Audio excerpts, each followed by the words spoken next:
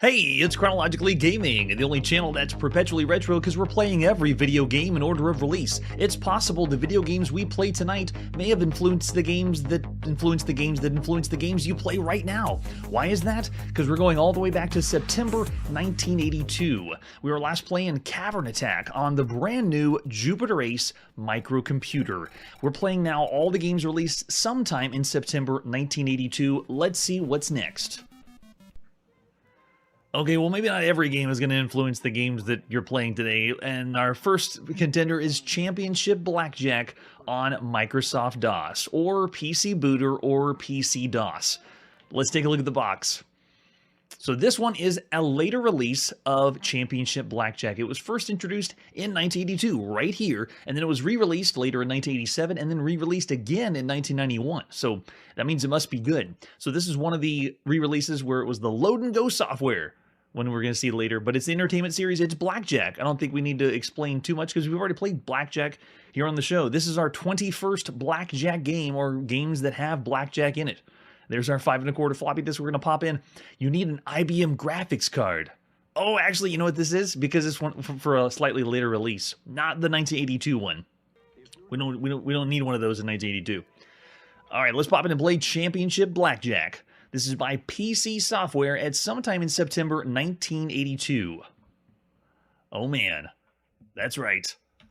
You can see the copyright at the top says 1991, but this screen and everything we're looking at is from the 1992. It's the exact same thing. All right, so I just want to show you a couple things that we can do in this one. Hit F1 for options, and we got Fun Blackjack, which is a new way to play Blackjack. It's the similar rules, but they change it up, making it so the bankroll increases and changes.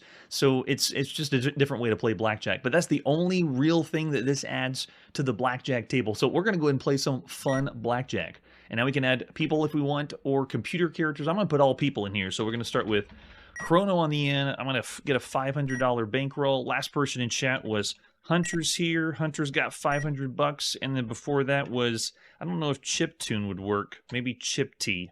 And there we go, 500 for Chiptune, and then before that was Manly. Everyone's gonna play. Well, probably not, but we'll put everybody in. And then before that was Barto, man, and yeah, it doesn't fit all the way, but everybody's here, and we're ready to go. And then start the game, F10. Let's play Blackjack. We get shuffling animation and music, nice. Chrono, place your bet. I'll go in big. 100. Hunter, go in 50. Chiptune, all in. Manly, 200. And Bartleman, 100. All right, deal them out. Here's the presentation. This is okay. You know, it's getting the job done as far as a Blackjack game goes. So I got only 11. I'll go ahead and say hit.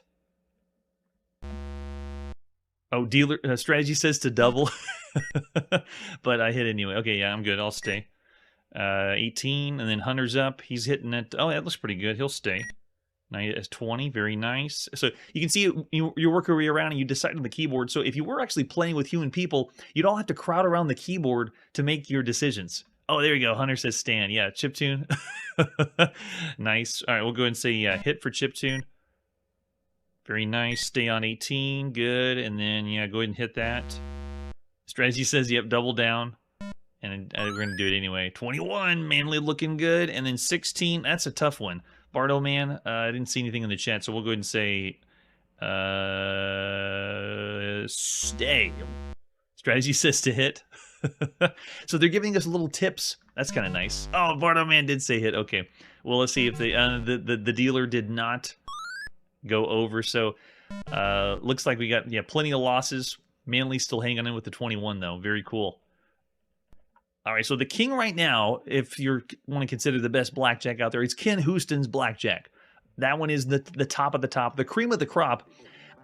We gave it 3.5 stars of all the games you could play on a home computer. So Championship Blackjack is still fun. It's really not at the same level as Ken Houston's Blackjack, but honestly, if you had the very best blackjack game, considering all the other games you could play on home computers, would you really be rating it up here in the higher range? So it was a really brief taste of blackjack, but yeah, I'm seeing Charlie 3 stars. It's kind of difficult to rate a game that's only blackjack, so I'm still saying around average. It's not as good as Ken Houston's, but It's all right. It's up there. Yeah. Oh, there you go, Manly, because you're in the experience at an extra half point. Why not? All right, so after Championship Blackjack, what's next? We're now going to play Escape from the Mindmaster. This is on our Atari VCS, or it's just about to be called the Atari 2600, so you could say it interchangeably. Over on the left side is the ad for the Supercharger, because this is a Supercharger game.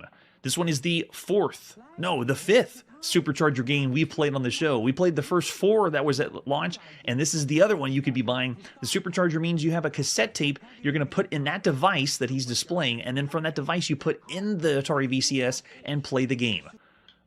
There it is, Escape from the Mindmaster. Look in the bottom left, and it's a Supercharger multi-load game.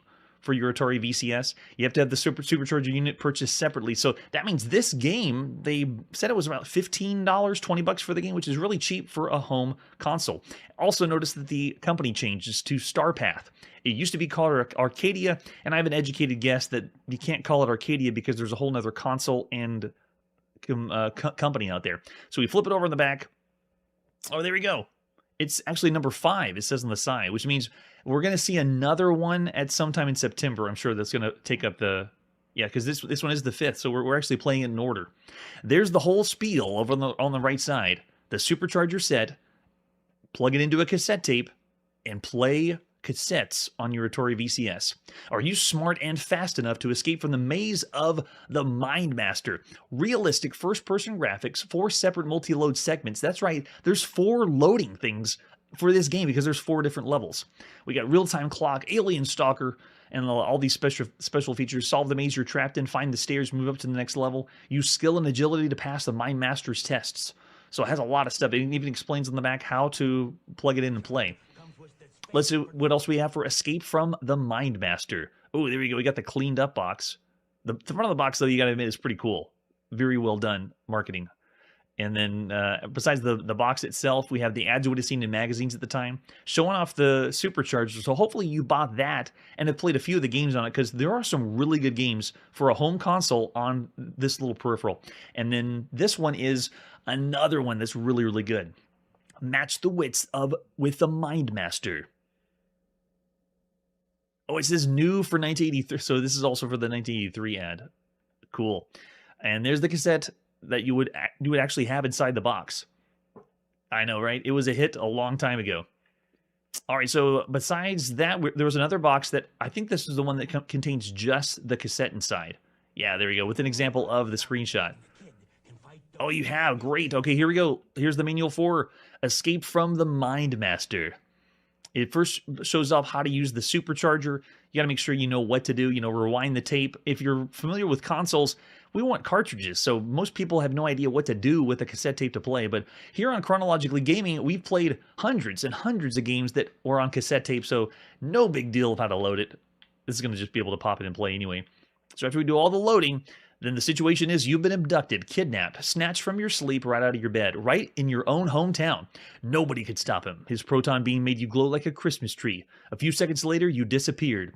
You never even woke up until now. You slowly awaken. Surrounding you are giant walls, smooth as glass, endless corridors with no apparent escape. It sounds almost like an episode from Star Trek. As you explore your strange prison, you encounter various games. You realize that these games are tests of your intelligence, memory, coordination, and reflexes. It slowly dawns on you that you're the subject of an incredible experiment. Then you realize that you're not alone. The Mindmaster looms above you, watching your every move. You must use all your brain power you possess. Not only to be able to solve the maze, but to preserve the honor of the human race. That's how big the game is. So to escape, you have to pass through a series of 6 mazes. Each maze is more difficult than the last. The first 5 mazes have problems to solve, and the last one is something special. I have no idea what the something special is. Has anyone made it to the 6th maze? Drop me a line and let me know.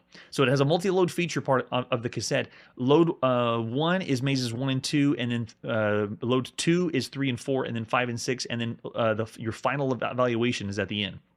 And then make sure it's saying to stop the tape. So very complicated loading for a home console for Escape from the Mindmaster. So here's the clues to the maze. This is an example of the screenshot.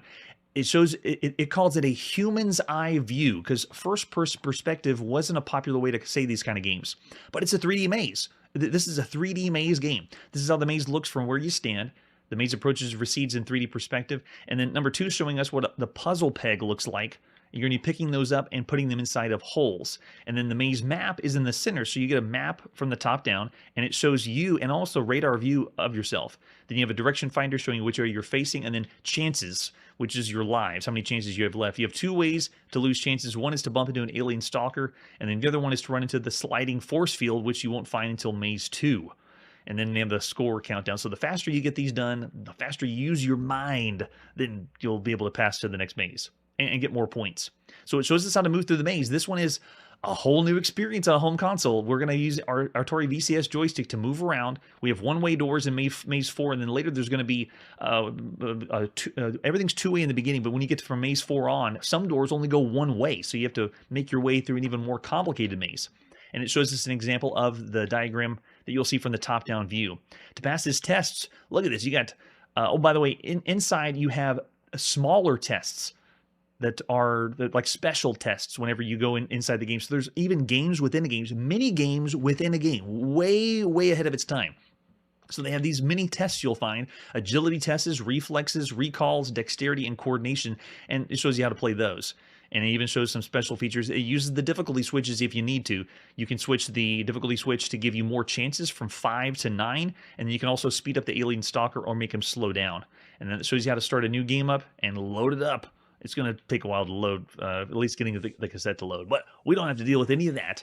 So you can see if we go to the different versions, it has all the different parts of the mission. It's time to pop in and play Escape from the Mindmaster. This is by Dennis Caswell of Starpath Corporation at sometime in September 1982.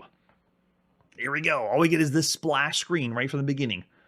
All right, so ladies and gentlemen, this is our 128th Atari VCS game. This is the 120. We played 128 Atari games, and this one's a good one to count down from there. Here we go. Let's go ahead and push our reset, and we're in.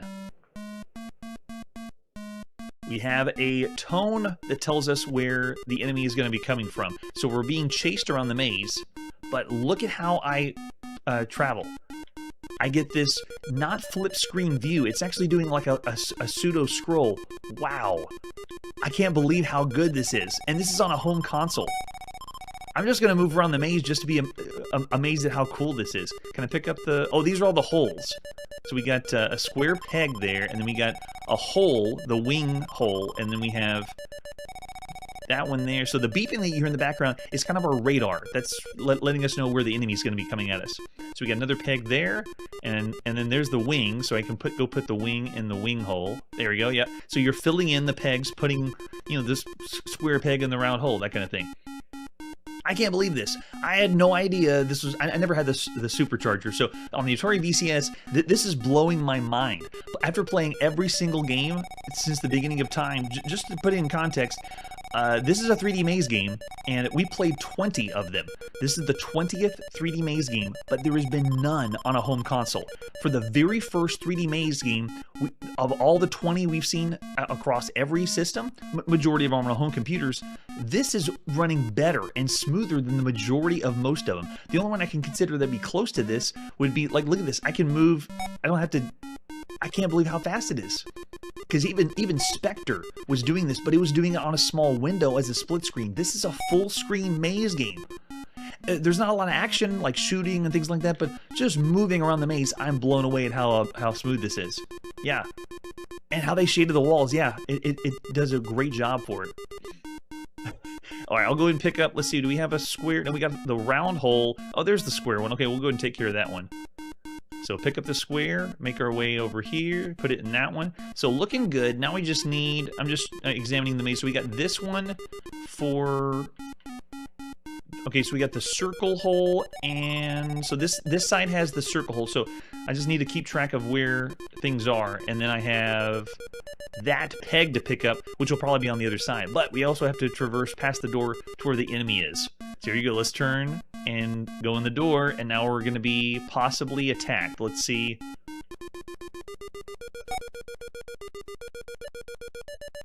Alright, looking good. I'm in the inner room now. I don't see anybody in here. And this is our mini game. I just turned the corner and look, check this out. I'm now in a mini game where I'm supposed to dodge something from one of the walls. So in a way, it reminds me of Ken Kalish's computer game, not the Phantom Slayer, the one before that had you going in a room and it would just give you a picture of a puzzle or show you a puzzle. This one is changing it from a puzzle to an action sequence. And you're just supposed to dodge this. All I'm doing is moving left and right, but this is amazing. It's a mini game, it's a game inside of a game. This is so rare. I don't know how long I'm going to last, though. It's getting more and more intense. The Mindmaster has my mind, and he's melding it. How long does this last? Am I just getting more bonus points? I think that's all it is. It's just a time waster, right? I can't believe it. Oh! Oh, you got a piece of me. Okay, so it's letting me have hits. Okay, so it's not like instant. There we go. And it gives us our points. It gets added up. There you go. So look at that. And then we're just right back in the main game. What is going on? I can't believe it. Alright, so nothing in that door. That's the exit, I think. Alright, so there's the hole for the peg we need to get. So let's see if we can make our way all the way back to where the peg was. Exit this door. And then go back over here. Let's go ahead and pick up the peg that we have. It should be there. There it is. And then... Now, we haven't seen the little robot guy that follows us around yet, but he's coming around here somewhere. Oh, and there's the circle peg. Let's pick that one up, and we can go put it back in the circle hole. So you see what the first maze is like, and this is just one, and there's 6 mazes? That's so fun. I can't believe it. Alright, so where's that circle hole? There it is. Okay, we're doing good. We almost filled up all the holes, so this room's done. We don't have to come back in this one. Now we just gotta go over to the other side where the danger lurks. Oh, there he is. See at the end of the hallway? He disappeared. There he is. So don't let him touch you, but he's just patrolling the outside right now. It's this little cute robot, so nothing scary like 3D Monster Maze or Phantom Slayer. There's nothing that's gonna come at us like that. Alright, so let's make our way around this side. I'll go in this door. Okay, so we're back in the same room we were before. Did we solve the whole thing? I think that's the last one. Let's see if we can go through the door. We did it! Yes! So we did solve that. That was all of the pegs in the right holes. So now we're on maze number 2, where it's all red. Gosh, looks evil. Like we're in hell. Alright, so let's go ahead and see what we got on this one. This one, I think, is just make it to the exit. Wow, I'm blown away, though. We played so many 3D maze games on computers that this one is... It's the best. It's full screen, scrolling smoothly. It's so fun. Oh, another mini game. Which one is this one?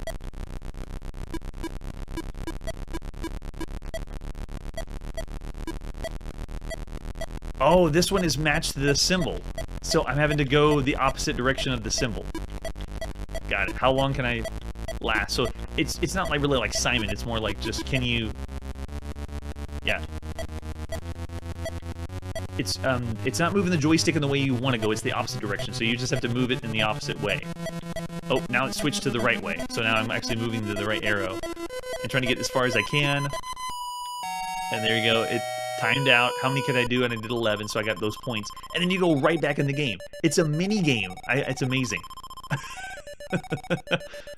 Alright, so we have another peg. Alright, I won't pick it up until I know for sure, because once you pick it up, then you have to, it's good to find the hole that it goes in. Alright, making our way through the different rooms here. This one's a more complicated maze. I can already see the difference between the two. Alright, so there's the same peg from before. We'll make our way out to the main hallway. Where's our buddy? Oh! Oh, there he is! And you can see I switched the difficulty switch on our Atari VCS to add more lives or more turns. So we only have, we had 9, so we're down to 8, so we can play for a long time. Right, let's go in this back room and see. Oh, what is this? Oh, these are the barriers. So cool. It's like force fields we have to pass by. Okay, nice and easy. Oh, I touched the edge of it. You gotta wait for it to completely remove. So there's another turn down. I want to go back to that room and see if I can pass the force fields. There they are. Oh, it had a little sliver, and it still counts. Alright, right, so let's go. I want to do that again. I gotta pass the force fields. Nice and easy. There it is. And then we make our way here. Oh, so it's just a room to the other side. Got it. It's another title that's really difficult to showcase because any 3D game, it's kind of hard to tell where when you're watching someone play where they're moving. But if you have the joystick in your hand, it makes a lot more sense. But this one does an admirable job moving through space. You know I'm moving forward, and I feel sorry for all the people that have watched since the beginning. The 3D maze games usually were a panel, and sometimes it had load times or draw in, and you had no idea which way I was turning. This one, you're starting to get an idea of what's happening. Like, I'm moving down a hallway, now I'm moving back. You can experience me moving the joystick in the video game. So it's going to get better and better here on out, that's for sure. Yeah, we haven't seen the way out for this one yet. Man, that's a lot of fun. I'm going to have to stop there. You see the idea, though. It is multiple mazes, multiple challenges. It's mini games, and it's one of the smoothest 3D maze games ever, and it's the only one. There's no 3D maze games on any home console. This is the only one of all the ones we've seen. Yeah, Bartleman's thrown out 5. I got to say, it's one of the best games you could play on a home console. If it's not 4.5, I could definitely see it as 5 stars. Just because they're already pushing the boundaries of what a home console can do, and it's just so much fun. I see Charlie saying 4. Manly, yes. Maxing out the tech for sure. Yeah. Yeah. For console, it's 5. Yeah, I'm going to have to say 5. Of all the games you can play right now on home console, Escape for the Mindmaster is one of the best. It's so good. That's right, Charlie. That's what we need. That's going to be a lot later, though. I know. I kind of felt that way whenever we were doing the barriers, like the closing walls of that game that you speak of, but I'll pretend that I don't know what game that is. All right, so that was Escape from the Mindmaster. Man, oh man, very surprising. I couldn't believe that one existed. So cool. All right, let's see what's happening next. We're now going to the United Kingdom to play on our Dragon 32, and this is Circus Adventure. An adventure, we love those. So here's the box for Circus Adventure. It's a fun game which familiarizes the younger child with computer use and logic. It sounds fun. Oh, it's 4 to 8 years old? Oh, okay, we're not going to play too long of this one then. Yeah, this one, anything young adults is going to go over very fast. So there's our Spanish version at the front of the box if you were in Spain, and then the cassette. We're going to pop into play Circus Adventure. Here we go. This is by Dragon Data at sometime in September 1982. Yes, we need some more logic in our life, right? We are totally skipping by. There it is. Welcome to the Circus. This game should not be confused with Circus, which is another adventure game that we're going to be seeing first on the TRS-80 before we end the year. And to tell you the truth, the copy of this game and where I found everything, they had it mixed up. So there were a few databases that had this game and the Circus game mixed up. But I got it all cleared out. This is the beginner's adventure game. An object is to get to the popcorn stand in the fewest number of moves. To decide what direction you want to go, press the first letter. Good luck. All right. We'll need it. We're at the entrance. Do you want to go east or west? Cool. It's the easiest text adventure ever. Let's go west. Oh, did we die? We're now at the trapeze. Cool. So it's a graphic adventure game, but for younger audience. Do you want to go up or down on the trapeze? Let's go up. All we're doing is making simple decisions. We're now near the strong man. I'm guessing that you would be mapping this out if you were a kid to play. Do you want to go east or west from the strongman? Let's go east. They are keeping it entertaining, though, changing up the screen. We're now on the tightrope. Am I supposed to hit something? Do you want to go up or down on the tightrope? Let's go down the tightrope. We're now in the famous blue tent. Yeah, this would have to be mapped out, right? It's got to be, Errol. It's got to be. Do you want to go north or south? Let's go north. Or we're back at the entrance. So if you did map it out, you'd figure out, oh, okay, I did a roundabout way of just going right back at the beginning where I had before. Graphically, it's actually okay for an adventure game because it's entertaining. Very, very simple, though, and very, very short. It's meant for a younger audience, so I can't really rate it any higher than 1.5. It's bad. If you think of all the other games you could be playing on a home computer, there's so many graphic adventure games out there, so many incredible ones that we've seen so far. So I'm gonna have to say bad. Yeah, Chiptune's already down there with 1. So I'll say 1.5 stars. It is entertaining, and it's also for a different demographic. But everything else out there, there's way better adventure games. All right, after that, where are we going now? It's time to play Clowns and Balloons on the TRS-80 Color computer, or the 80 Micro if you don't want to say the Coco. I like to say the Coco. It's a good one. Let's take a look at the box. Clowns and Balloons. We've already seen this one on the Atari home computer in June 1982, and we gave it 4 stars. It was pretty good. Let's see what it's like on the Coco. So the front of the box, this one we're going to be playing is the cartridge version of Clowns and Balloons. And this is what the cartridge looks like. Oh, first we have what you see in magazines for the Radio Shack. TRS-80 Color computer. Check it out. And some of the games down there, Monster Maze, Megabug. We haven't seen Megabug yet. It's coming up. Shooting Gallery haven't seen yet. And then Microbe. So yeah, those are some fun ones. And then there is another ad for the full spread with the joysticks that we're going to be playing with, because this one is a ball and paddle game. It's like clowns and circus. So it's really great to play on the TRS-80 because you have that nuanced control. It's kind of like a paddle. So really cool there. And there's some kids that are having a great time playing Canyon Climber. And there's the cartridge we're going to pop in and play on our Coco. It almost does. The box art is pretty simplistic. And we also have the manual for Clowns and Balloons. Not too much explaining we need to have. Object of the game is white balloons are appearing in rows. Oh, they have it in rhyme. Can you guess where this is leading? Can you guess what you must do? Yes, we know the answer because we played plenty of games like this. So this is how to start this up. We need 16K to play this one. Right-handed joystick to play, and then I think it's a one-player only game. Right joystick? Yeah, only one joystick. So when we played on the Atari, it was 2-player, but it was alternate play. And then we have all the different levels you want to play, 1, 3, or 2. Press the fire button to get going. And then, yeah, the whole manual is in rhyme. So they're telling us a song as if we were clowns, I guess. And then scores for the balloons we pop. There you go. And then we also have bonuses and advanced play if you're an expert. And then when you want to end the game, you hit the break key like we do here on Chronologically Gaming. All right, let's pop in that cartridge and play Clowns and Balloons. This is Stephen Bjork of Data Soft. Data Soft? Yes. There we go. Get the circus theme going. All right, so let's select the level we want, or just push the button on your joystick. Here we go. Oh, there it is. Yes, look at that. Yeah, it feels like paddle controls. So cool.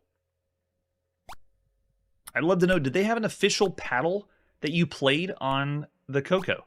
Or because the controller was analog, they didn't need a paddle? Yeah, because this one feels, yeah, so smooth. Buttery smooth. So we first saw this in the arcades called just Circus, and then later it was released by another company called Clowns, but the Clowns, or the Circus Clowns variant, is essentially just Breakout. You're essentially breaking balloons instead of blocks. And this one is our 13th variant of this game. Not Breakout, just we played 13 Clowns and Balloons, or Clowns and Circus games. Oh, okay, so not official ones. Gotcha. All right, I want to get in the zone playing on the analog joystick. Finish a whole row and you get the bonus. There it is. Music's done very well.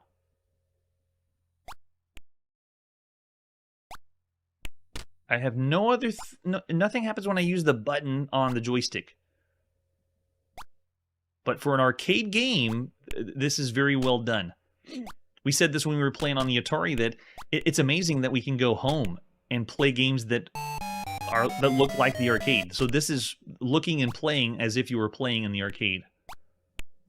But the arcade just keeps making better and better games.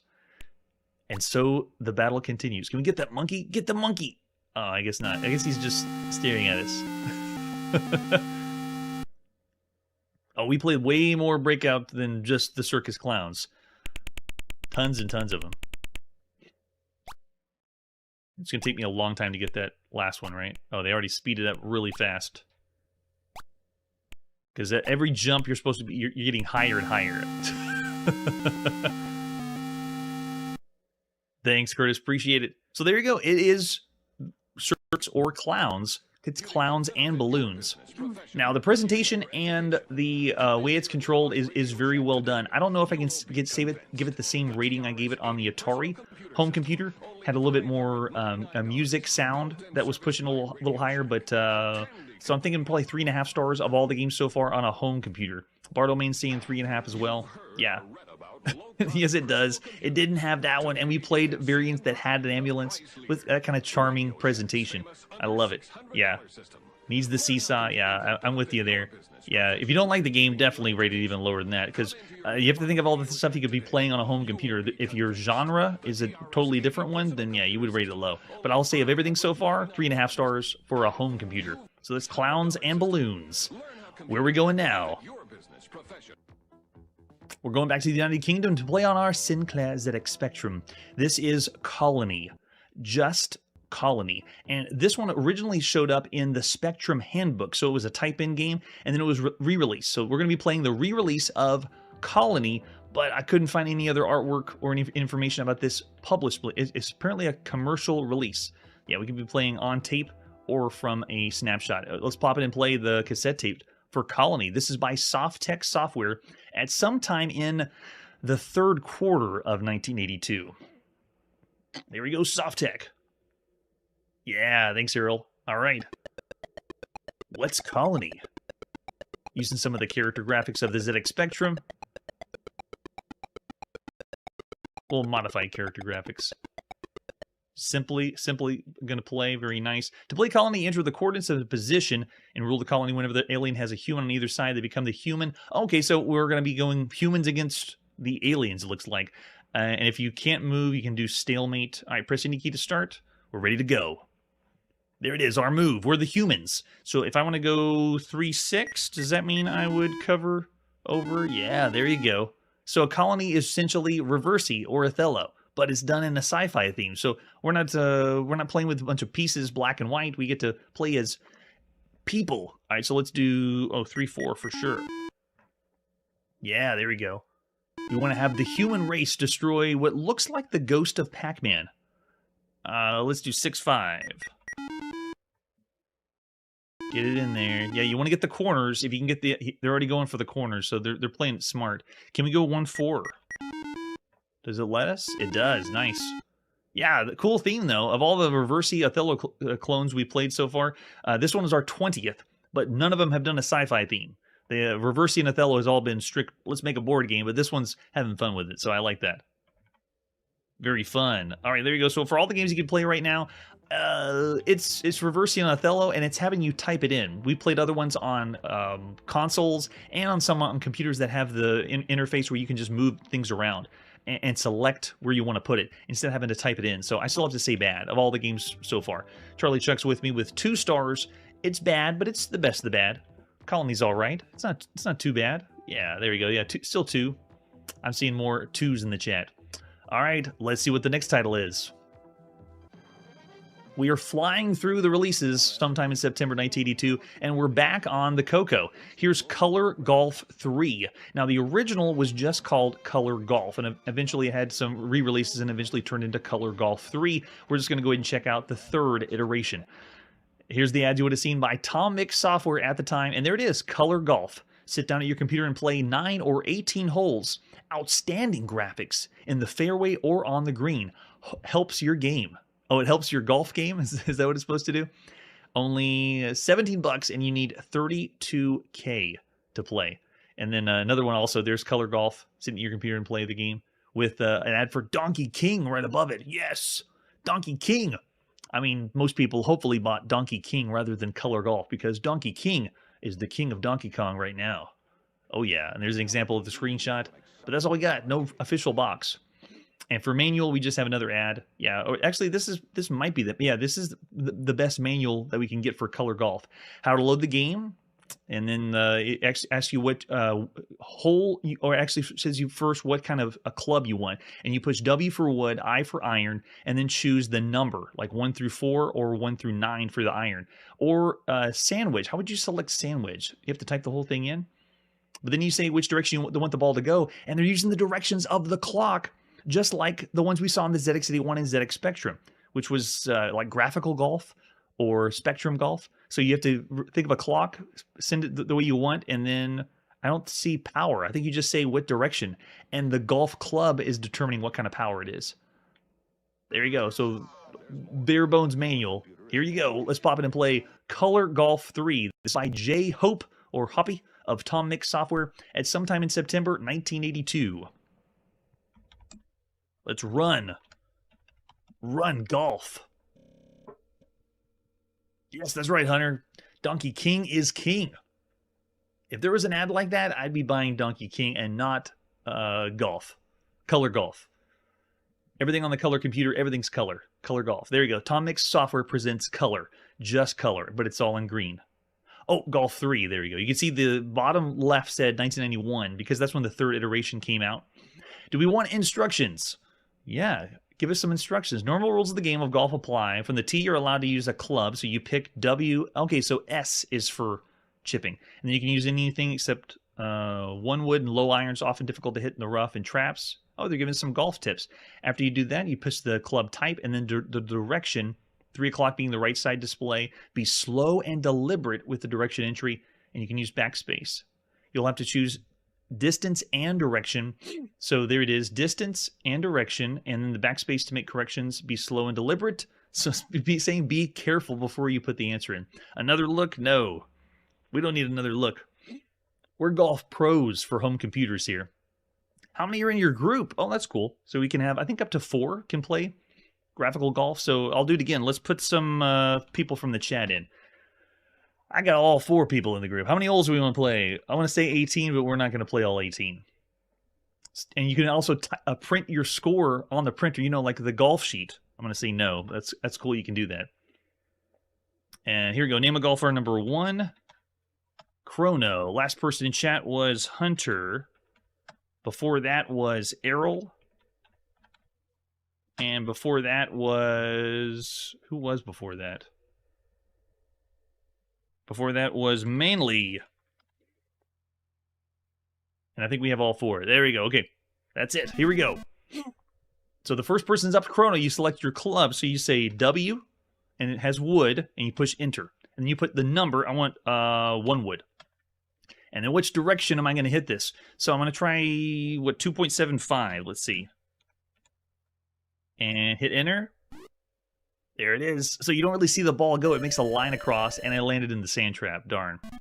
I don't see wind. But next up is Hunter. We'll go again, wood, hit enter, number, 1, enter, and then direction. If 2.75 didn't work, let's try just doing 3 and see what happens. Okay, right outside the sand trap. Nice. Then Errol's up next. Same thing, we'll do wood, 1 wood, and then direction. So we played other golf games that were very kind of similar to this, but it allowed you to say the power. But doing that, it felt like we were playing an artillery variant, you know, saying what angle and power we want the direction to go. This one feels more like a golf game. Plus, we're also seeing something to show where it goes instead of just blinking into existence. If you think those are ugly colors, you need to see the rest of the games that came out around this time. This is actually pretty good for a home computer.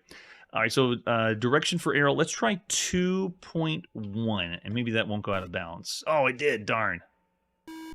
Yep, it's in the rough. Oh, okay, Manly's up again. Let's go 1 wood, enter. It does feel like we're golfing on Mars. I love it. All right, direction for Manly. Let's do 2. Let's do 3 again. 3.1. What happens there? There it is. Nice. Okay, so everyone does theirs. Then Manly goes, looks like whoever's the furthest away. All right, so let's do iron next. Let's try a 9 iron. And send the and see you're determining your power or how far the ball is going to go based on what club you choose. So now let's see what direction we want. Let's say a solid 2. Okay, nice, made it there. And then Errol's up next. Let's have Errol go, I don't know, wood in the rough. I don't think it's the best one. I think we should have done a sand wedge. All right, so direction. Let's head 5 o'clock. Will that make it inbounds? Yeah, no, it didn't go nearly far enough. Yep, still in the rough. Okay, Hunter's up next. Let's go with iron. Let's make it a 5 iron. And let's have him hit a 2. Oh, there we go. Is he on the green? Yeah, ball's on the green. So Hunter remained on the green. Arrow's up, still out of bounds. Let's try the... Was it sand wedge? Yeah, there we go. And send the sand wedge going 4 o'clock. Will that make it in? Okay, he's back on. That's rough when you're in the rough. But now I'm in the sand, so I'm going to go ahead and do sand wedge from here. And then what direction? Imagine playing this with actual multiple people, because I'm here solo. That means you'd be hot seating back and forth, sending the directions you want for the club. Would it be considered a party game in 1982? I don't know for sure. All right, so what direction do we want? Let's go 2. Get me out of the sand. Oh, I think I landed back in the sand. Yeah, I'm still in the sand trap. So Chrono's still up. Give me the sand wedge again. Get out of the sand. 2. And hit it out. So we're getting some kind of indication that we leave with that line. All right, so Chrono's going again. I'll do iron. Let's do 9 iron. And do a 2 again. Will that make me on the green? Oh, yeah, that's a good one. Okay, so Chrono's on the green. And I think we have to wait for everybody. Yeah, Errol's up next. Let's do again iron. And let's do a 8 iron. And give me a 4. Oh, barely. Is that the green? It is. Okay, so Errol's on the green. Now Manly's up. Go for a sand wedge. This close. Or pitch it in. And then do a 2. That should be on the green. Is it? Oh my gosh, barely on the green. Do it again. Sand wedge. And do a 2. There it is. So everyone's on the green now. What happens after we're on the green? Keep carts off the green. Nice touch. Look at this. And then it zooms into the green or flips to this next screen. Very cool. Oh, that's true. You could just tell people the command. So if we had prepared this, everyone in the chat that's here for the live stream, you could just tell me your score and rating, but you have to be more familiar with the game, how far the clubs are going to go and things like that. But still fun. All right, I'll stop it there. We won't finish the entire hole, but you can kind of see how that works. Now, let me put this in perspective with everything so far on a home computer. So this is the 15th golf game. I'm talking 15 golf games across every single platform ever. And I guess we should say 14 because Preppy was golf, but you weren't really playing golf in Preppy. So this is the 14th video game where we're playing golf. On the home computer, this, I would say, is a really, really good game for a golf game. Everything else out there, like Spectrum Golf or Course of Shots, and then Challenge Golf on the Atari home computer, 4 on the Apple II, and then the Type in-game Golf on MS-DOS. And all those games for home computers, they're okay, but this one actually works really well for the golf game. If you want to play good golf, you need to go to a home console. And Color Golf is well done for a golf game for a home computer. The still contender for the very best golf ever for any video game is still Pro Golf, Data East in the arcade. That's still the top. But I'd still say for Color Golf, around average, 3 stars for all the games you could play right now. Oh, there you go, 3.5 says Curtis. Yeah, so it's still average for a golf game. And I would say still fun and well done. Yeah, I'll even bump it up. 3.5 stars. It sounds good. Yeah, I'm seeing the other chats, 3.5 there. So all those titles, though, I still consider this better than 4 on the Apple II. Better than Golf Challenge on the Atari home computer. It's great. Hey, thanks, AJ. Appreciate it. Yeah, we'll say 3.5 stars. Hey, throwing money into the chat is not going to influence the star rating for video games, but I do appreciate it. All right, so there you go. Color Golf 3, the best way to play golf on any home computer right now. How about that? All right, let's press forward and see our next game. We're back on the Dragon 32. This is Danger Island. I am not familiar with Danger Island. Anyone hear of Danger Island? I have not. There it is, an adventure game in which you fight your way through many obstacles to escape. It's from Software for All. Do we have anything else for Danger Island? There's the cassette tape. We're going to pop in our Dragon 32 to play with a very green shot. Here it is. Let's play some Danger Island. This is by R. Dunn. Software for All at sometime in September 1982. This one is only on the Dragon 32. This is not on the Coco, even though that green screen may confuse you. Here you go. Let's do this. We're speeding this up because we're not going to wait forever for these to load. Danger Island. Do you require instructions? Oh, yes. There is no walkthrough again for another dragon game, at least none that I could find. All right, so to move about the island, you use north, south, east, or west. You can also look in and out, up and down. Okay, got it. So it's an adventure game. If you see the ground, there is followed by an object. You may have to try to obtain the object using command get, like get lamp. Okay, so it's a 2-word text parser. If you want to, if you've had enough, then use quit. Quit. We're probably gonna have enough of this very fast. There are many other commands can be used, but it is for yourself to work out as the need arises, and it will. See, the game's even taunting us already. If you want to review instructions, you can. Pressing instructions. Got it. We're ready to start our journey on Danger Island. What is your name? Chrono. Hit any key, Chrono. Since you asked nicely. Your objective is find the treasure chest and escape with it from the island. There will be many obstacles to overcome during your stay. Chrono, when you're ready, push enter. So this one is a classic adventure. I'm talking like adventure, mainframe adventure games that spawn, Colossal Cave Adventure. This one is go find a treasure and then come back. That's the whole point. There's a village green in the center is a well. There's a forest to the west. The main road across the island runs north and south. On the ground, there is a ladder. Let's try it out. Get ladder. Any time now? Get ladder? Okay. It took that long to get the ladder. Oh my goodness. This is 32K. This is the Dragon 32. Why is it taking so long to get a ladder? All right, look. I love the game just says look ladder or get ladder. Wait a second. Wait a second. Okay, you got the ladder. All right, we're back on the village green. In the center's a well. So we have an island that runs north and south. Let's hit south. There's a market. There's many lovely things on show. There's a sign saying antidote for only 2 gold coins. There's a gap in the hedge to the west. On the ground, there's a gold statue. Ooh, get that statue. And then it's going to wait a sec. Get the statue? Hold on one sec. I knew we shouldn't have tried that statue. It was the native's idol. You're now being cooked in the cooking pot, and it's getting hotter. Can we use the ladder to get out of the pot? Wait a sec. Give it a moment. I know, slow. I can't look else. Well, I shouldn't be surprised at how slow it is. We've seen other adventure games like this. You can't. You shouldn't have tried to take the statue. It's getting hotter. It looks like we're going to be cooked. What about out? Because they said out was a command. I know, Curtis, why is it taking this long? I need all the developers that are here in the chat to tell me why it's taking that long. That's it. I'm going to do it. Eat self. We're in the pot. We're cooking. Well, let's see how we taste. It's taking so long, though. I'm amazed. You can't. You're boiling to death. What a way to go. And they should have said water way to go. Goodbye, Chrono. And goodbye, Danger Island.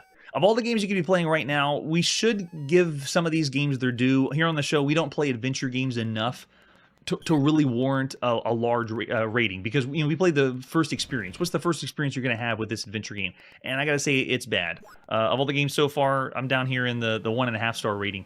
And you've seen Chiptunes throwing out 1. Why spend the time on this? We got other games to play. We need to move forward through time playing video games, not wasting our time on the Dragon 32.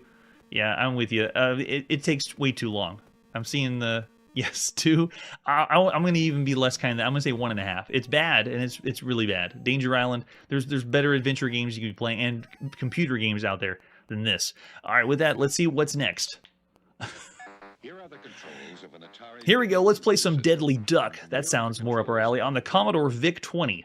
It's the release of Deadly Duck. We've already played this on the Atari VCS.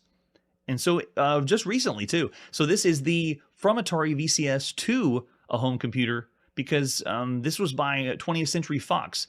And all the games on 20th Century Fox for the Atari VCS were done by Sirius Software. So, hey, Sirius, put it on a home computer, why don't you? So here it is on the VIC-20. The front of the box looks really similar to the VCS. Yep, same thing, 6 levels of play. This is the VIC-20 version by Jeremy A. Jones, and the original was done by Ed Hodap. So there it is. Hard to see the scan, but it's going to play hopefully exactly like the Atari VCS version. Yeah, Deadly Duck again. More Deadly Duck. There's the cartridge we're going to pop in our VIC-20 to play with an example of the screenshot. Yikes. And this one we have only the PAL version, so we're going to pop in the cartridge to play Deadly Duck by Jeremy A. Jones and Sirius Software at sometime in September 1982. Oh man, look, it looks almost like we're playing a lower resolution version of the one on the Atari VCS here on the VIC-20. But hey, it looks all right, and it's pretty smooth for the VIC-20. Does it just go with a push of a button? It does. Oh, we got a duck sound too. So it's dropping down. If you forget the lore of Deadly Duck, those are crabs at the top of the screen, and they are dropping down, I think, bricks to block our path. We have a little duck fart every time we fire the gun, which is a nice touch. I don't remember that on the VCS. But I do know this one came out afterwards. It was the VCS first and then the VIC-20. Okay, and then we have... Oh, they got us. We got dragonflies. They're making a barrier to block us. The game's already sped up considerably. I'm amazed at how fast it's going now. And every time we finish the level, we move to the next one. And if you get trapped under the dragonflies, they have this like spread shot that drops down on you. It's brutal.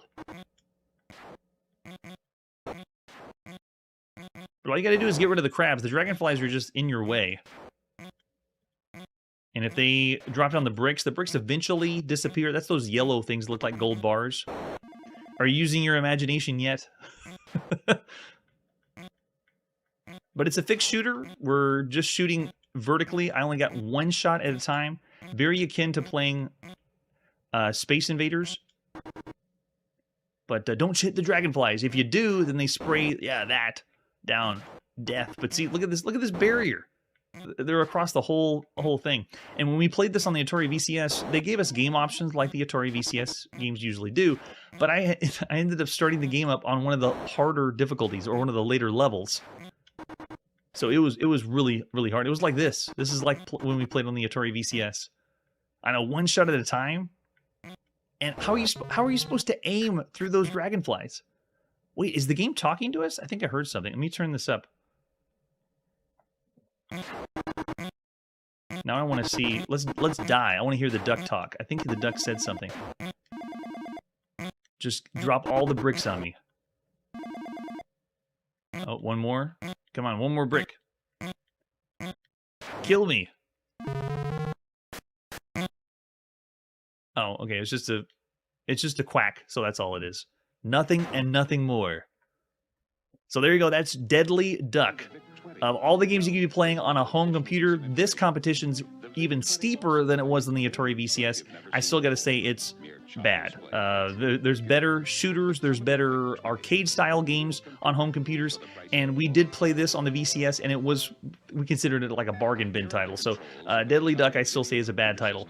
Ross says 3.5. Oh, very generous for everything else so far. On home computers, though, we've seen quite a bit of good shooters. Bartleman saying 2, Charlie Chuck, yeah. 2 or 2.5, that's kind, but the competition's even more fierce for a home computer, so I'll say 2 stars for Deadly Duck. It's all right. It gets the job done for a shooter, and it does give you that controller works, button works to play the game. You don't have to type anything on the computer. So if you look in the commercial on the left side, it's like we're getting to play the computer like it was a console. 2.25, Earl. Very nice. Sweet. All right. Well, that's where we got to put our video game playing on pause. Hit the break key or hit start if you're on a home console. Tune in next episode for some more games on our Dragon 32, the Sharp MZ series of computers, and the Commodore 64. And is that Frogger tilted on its side? That's it for today, and like I always say, it's just going to keep getting better and better. Hey everybody, thanks for checking out the channel and joining me on my quest to play every single video game in order of release. We'll be streaming live every weekday at 9 p.m. Central, so join us and let us know if we missed any games along the way. This video would not be possible without Launchbox, RetroArch, and MAME. Tell all your friends there's some crazy guy named Chronologically Gaming trying to play every single video game. We have links down below that'll send you to places like our Discord and Patreon, and one that says all the video games we've ever played. If you go there, it's a list of everything, and you can click right to the game you want to see. Chronologically Gaming is the name to look for. We are perpetually retro, and we will catch you next time.